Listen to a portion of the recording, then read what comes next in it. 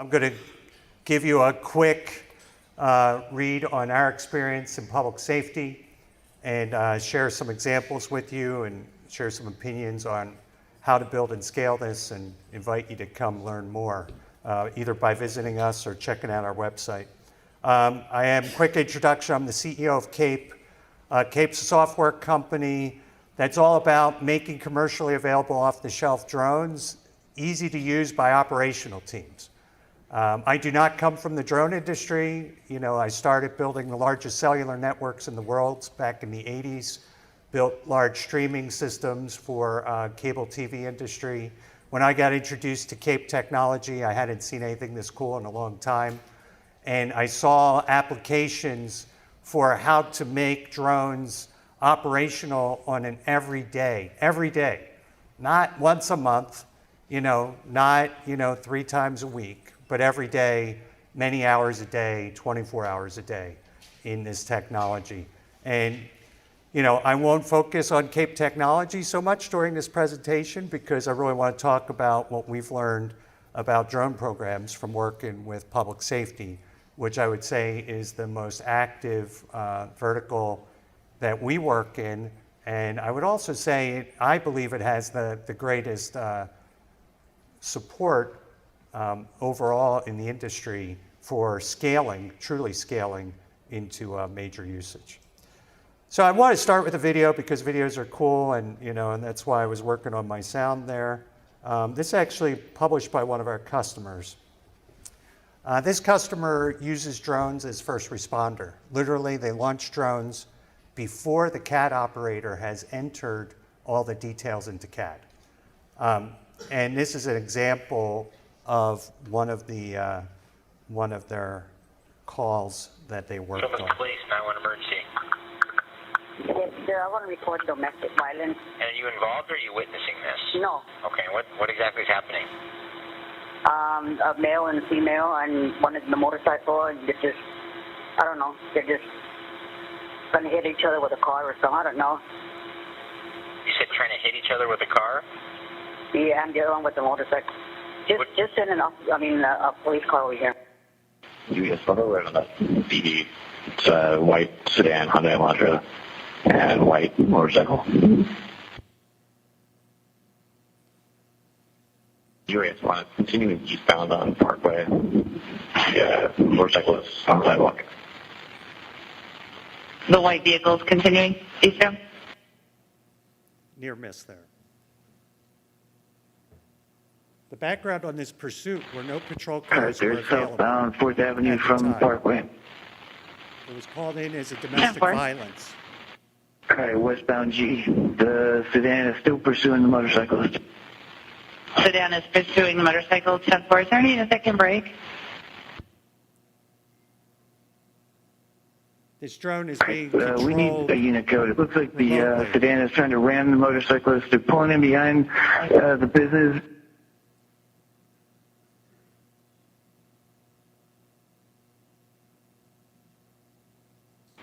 All right, they're having a confrontation now in the alley.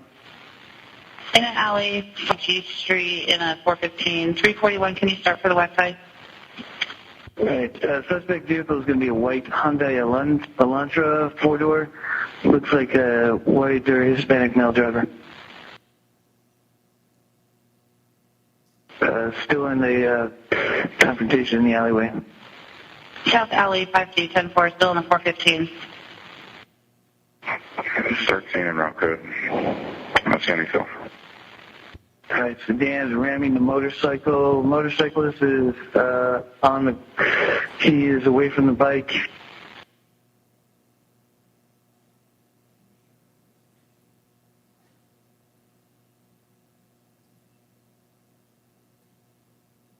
All right, motorcyclist is back on. He just got rammed, so we have a 245. Just 245 in with the vehicle.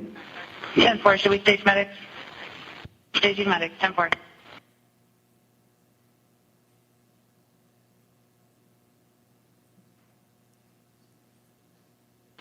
There's a motor right in the alley now. He's on the vehicle. That's the suspect vehicle you're behind.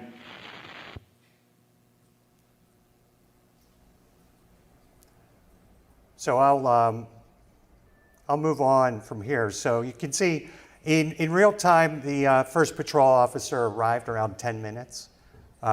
Original call was a domestic violence, as I said. They just had no squad cars available. However, now this is a very advanced drone program. We're going to talk about how do you establish and scale your drone program. Chula Vista Police Department is the city east of San Diego. 250,000 people, about 220 officers, 60 squad cars. They started looking into drones in about 2015. In 2018, they joined the San Diego IPP, the Integration Pilot Program, and in the IPP, they are the public safety application throughout all the 10 IPP projects. So if you don't know what the IPP is, in short, it was mandated by the White House that told the FAA, the Department of Transportation, you need to set the right regulatory framework so that drones can be used every day.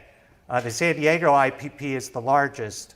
It has a lot of tech companies in it, which, like Uber,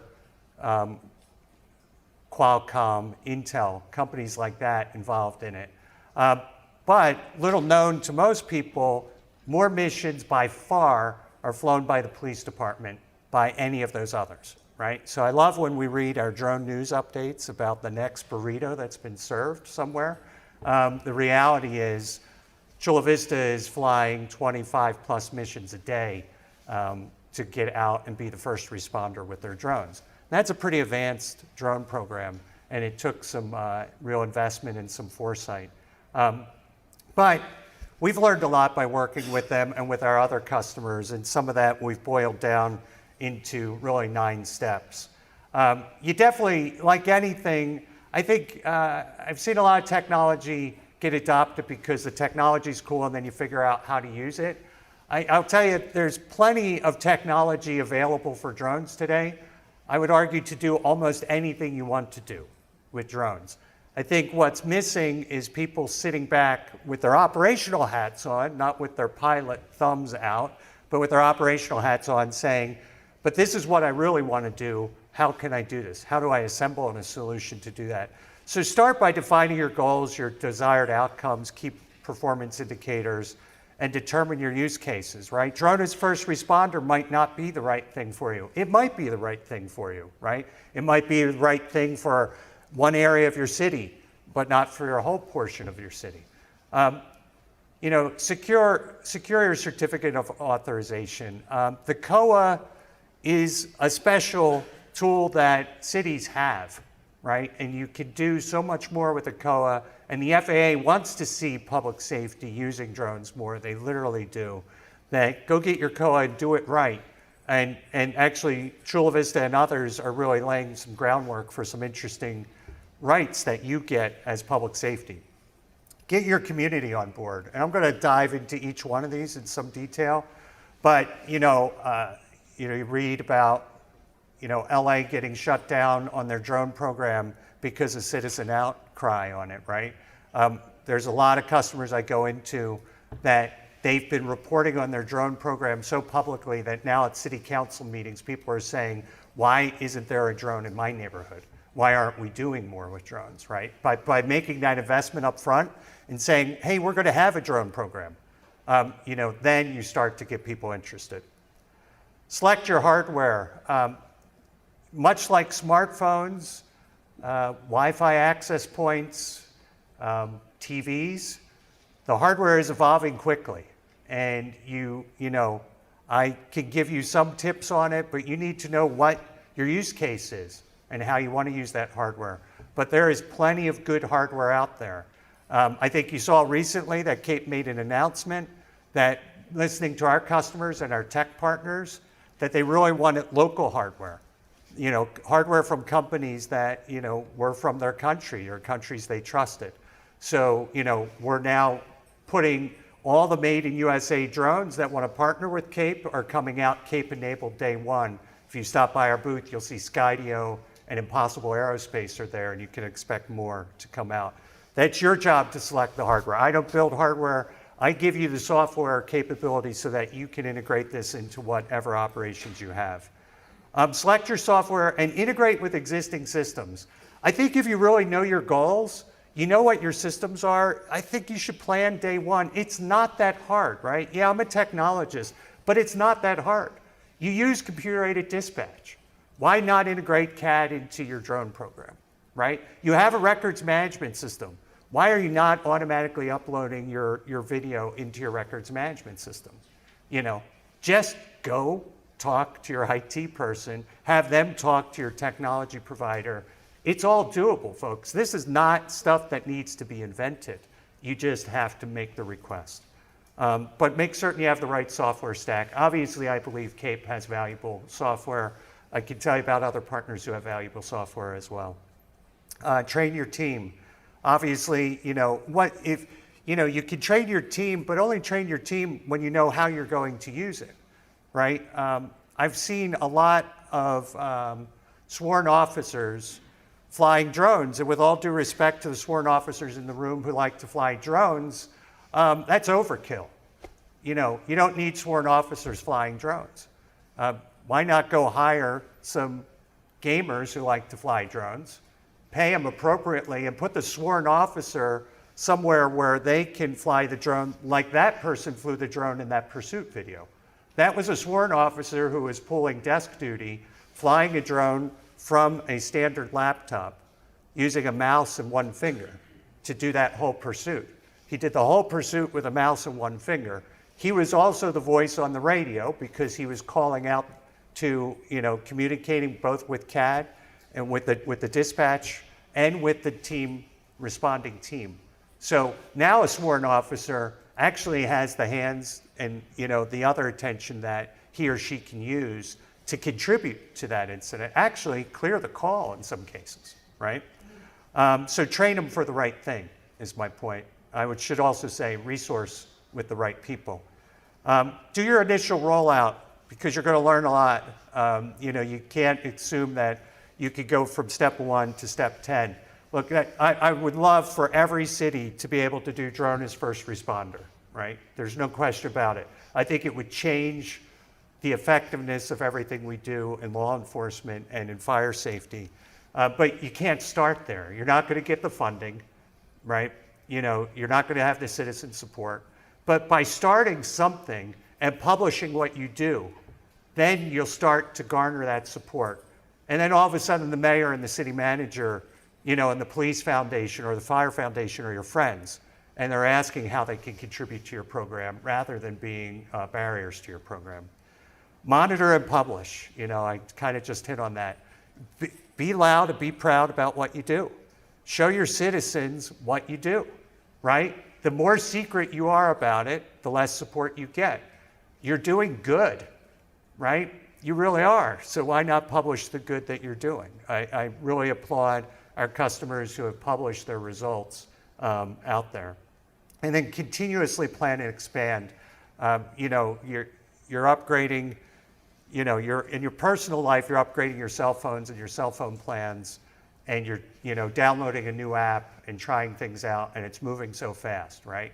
Yeah, that's what's happening with technology, period. It has nothing to do with that phone in your pocket. It's going to happen with this program too. So start moving, but prepare to run fast, right? There's no standing still.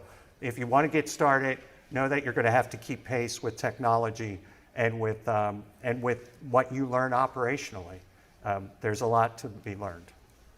All right, so let's just touch on each of these kind of quickly with the 14 minutes we have left. There's definitely different levels of operational integration. So when it comes to setting out your program, you get to decide, right? Today, there's, you know, what I call the disconnected pilot. This is a person who wants, you know, you go out and fly, you're recording locally on the SD card, right? And you're bringing the data back to post-process it. That's a real use case, right? If you're going to build your program around that, plan your program around that. Make certain that that person is equipped to do what he wants to do. By the way, I see a lot of people taking pictures. I'm more than happy to post the slides so you can get them. I'll put them out there. I don't know if InterDrone's doing it, but I'll make certain that you get them. You were all scanned when you came in. Connected pilot. So now this is the case where, you know, I'm a big proponent of this because my whole life has been about connecting mobile workers. You know, if you want to manually fly, make the effort, equip that person so that at least all their data is connected so other people can see it, right? If I'm flying a drone, anybody on my team should be able to see that video on their smartphone. To me, it's just unacceptable that you can't see the video on your smartphone if you're on the team. Why do you have to go look over the drone pilot's shoulder? This technology exists and it's very affordable. Okay, in fact, CAPE announced the freemium version where streaming is free. Because, you know, you're not going to get these programs off the ground unless everybody can see what you're doing, right? And it's the best way to promote what you're doing is to stream it. You know, if you're streaming it, you should be able to store it somewhere. Depending on what your security policies are, you can store it in a cloud like CAPE's, or you can have it stored off into an on-prem or private cloud. And then be able to record every flight, right? If you are, and what I mean by record is you should know telemetry, you should know who was flying, where they were flying, what they were flying. Because you're going to get a call, and the call is going to be, there was a drone in my neighborhood, and why were they snooping on me in my backyard? And when you can say, actually there was a 911 call 3 blocks away in your neighborhood, one of your neighbors, you know, reported, you know, suspicious activity, and you can say, exactly where that drone was, why they were there. Now you have real data, right? But you don't have that data for certain if somebody's just writing it down in a logbook. You have it for certain if that flight's a connected flight every time they do it.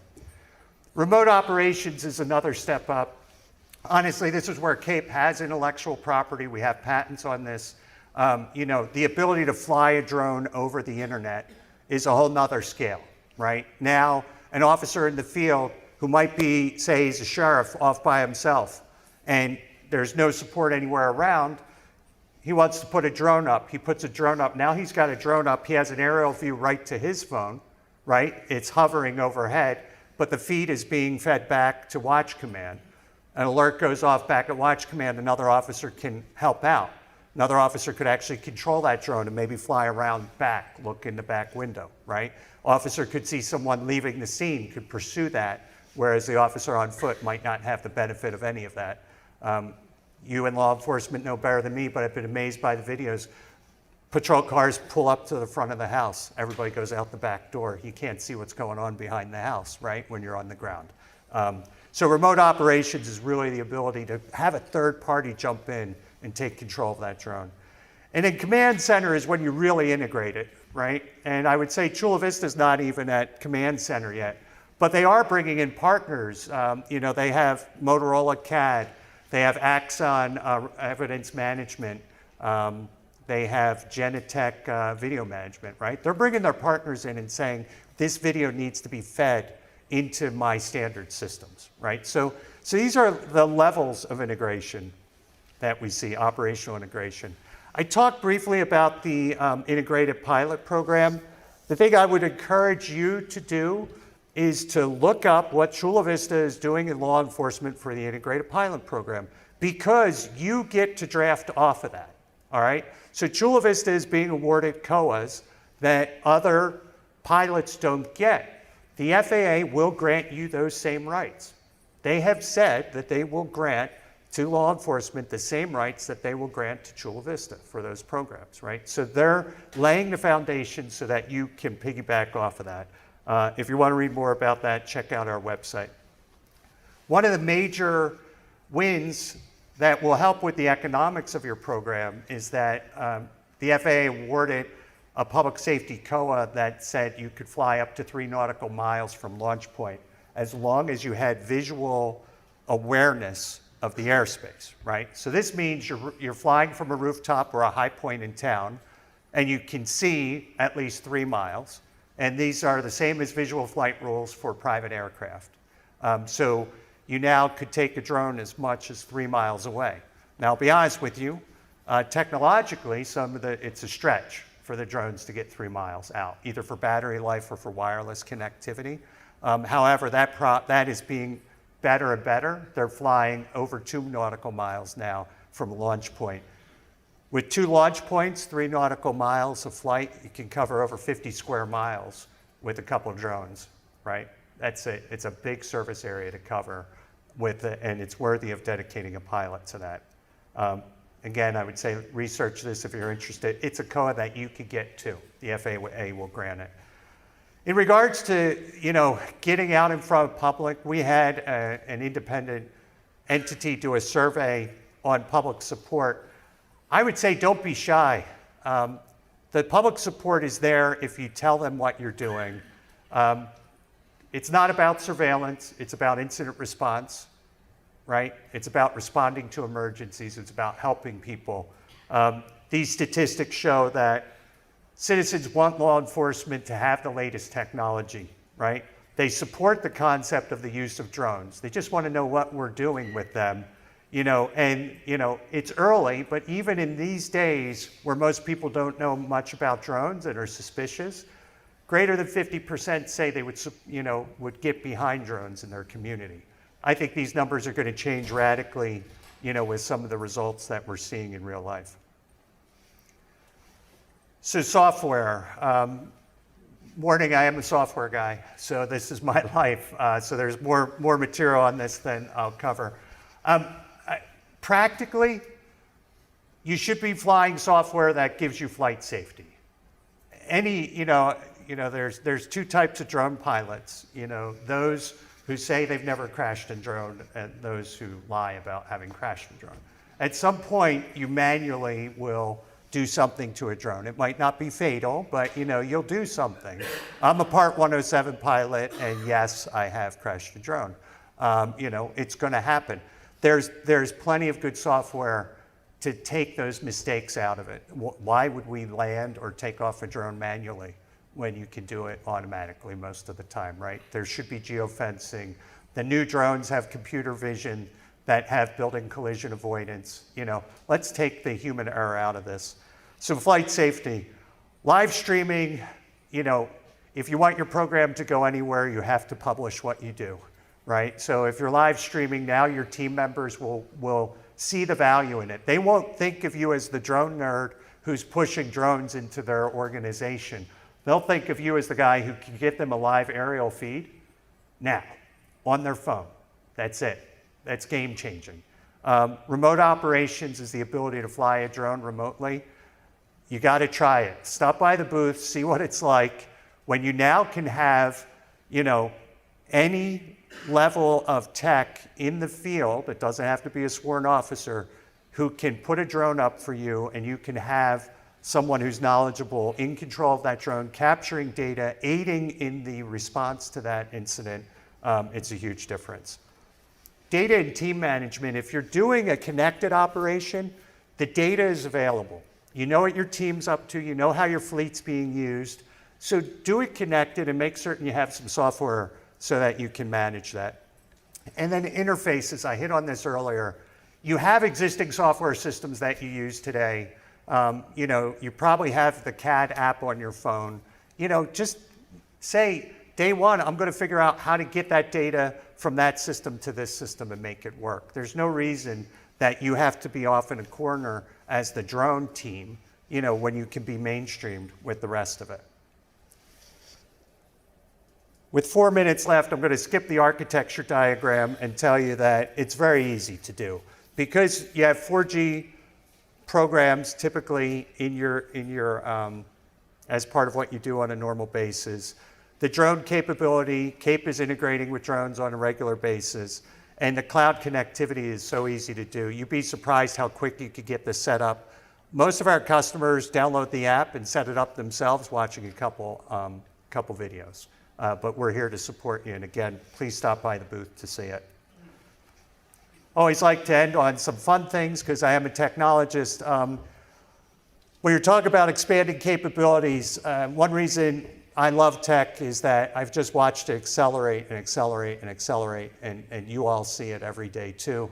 There was a movie, Blade Runner 2049, based on the age group in here. A lot of us saw the original Blade Runner, which was pretty cool. 2049 I didn't think was as cool, except the tech was pretty cool in 2049. Now that's 30 years from now. And most of these items were shown in the first scene of that movie, right? So, he dispatched the drone with his voice, it was looking for objects, it was going around the building and searching. All of these capabilities are already here today, right? It's 2019. So I would say the one on here that is probably not ready for, two on here that are not ready for prime time are unmanned drone depots, because we need a few more safety features on the drones. But I think with the computer vision capabilities on the drones, we're going to see unmanned drone depots within the next 2 years. The tech is all there. It's a matter of pulling it together and getting the FAA to support it. The other one is drones integrated into light bars. That's actually work in progress, folks. So, that's, I think we'll see announcements on that. So this is what I mean. This is moving fast, and I'm going to go all the way back to the first thing I said. Approach this operationally. Say, what do I want? What would benefit my team the most by using drones, right? Is it clearing accident scenes faster to open up the highway? Is it being a first responder? Whatever that is, set that first. And then do some research. The capabilities are out there. The thing I really love about working with law enforcement and fire departments is, in marketing terms, you're highly self-referenceable. That means you talk to each other. You share best practices. You work in other industries, they all keep it secret from each other because they're competing with each other on a daily basis. You guys don't compete so much. So learn the best practices. There's some great organizations out there doing great things in law enforcement. You can learn from it. And, check out CAPE. We invest a lot, seriously a lot, in law enforcement to make this work because we believe that this will change things. And yes, we are a bunch of capitalists. We want to make money along the way. But, right now it's an early industry, so we're all working together to make this work. So please stop by the booth, check us out. You can fly a drone in Mexico live from the booth and see how easy it is. All right, 1 minute left. I'll leave it open for questions. Are there any questions?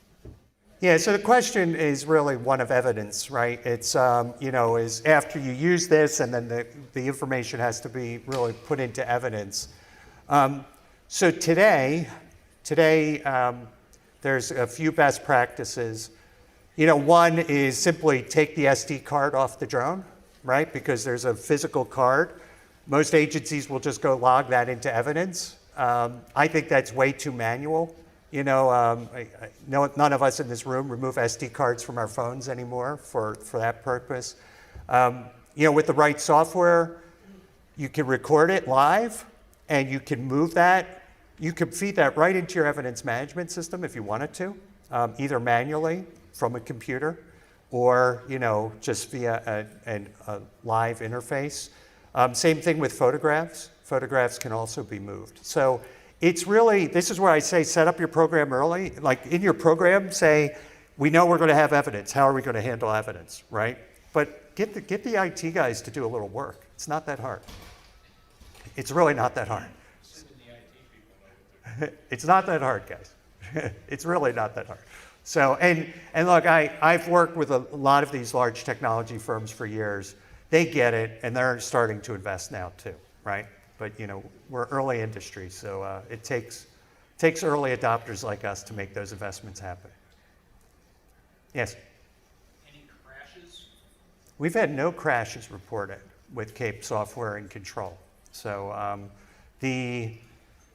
fortunately, and that includes hardware too, right? So, and that's with a lot of flight time. There was definitely, I won't say who, right? But there were definitely recorded crashes of aircraft, but they were not CAPE empowered ones. Municipality-operated crafts have crashed. Oh yeah, yes they have, and it's usually when there's a manual pilot at the sticks. We've never seen one crash with CAPE, and we know for certain. So, and that's because takeoff and landing is automated. You can only fly within certain areas. We have built-in collision avoidance into our system, integration with systems like AirMap. Yeah, I think the more we take the human out, the better. I had one customer who had a drone literally up on a communications tower about 300 feet in the air because they were trying to inspect the comms tower and they flew right into it and the drone got wedged into it. And it was going to cost them $2,000 to get the drone down. So they left the drone up there hoping the wind would knock it down. With CAPE software, they never would have had that situation happen. So, and there's software solutions to this. I'm not trying just to sell CAPE. I'm saying go do the research, and get the right software solution for your use case.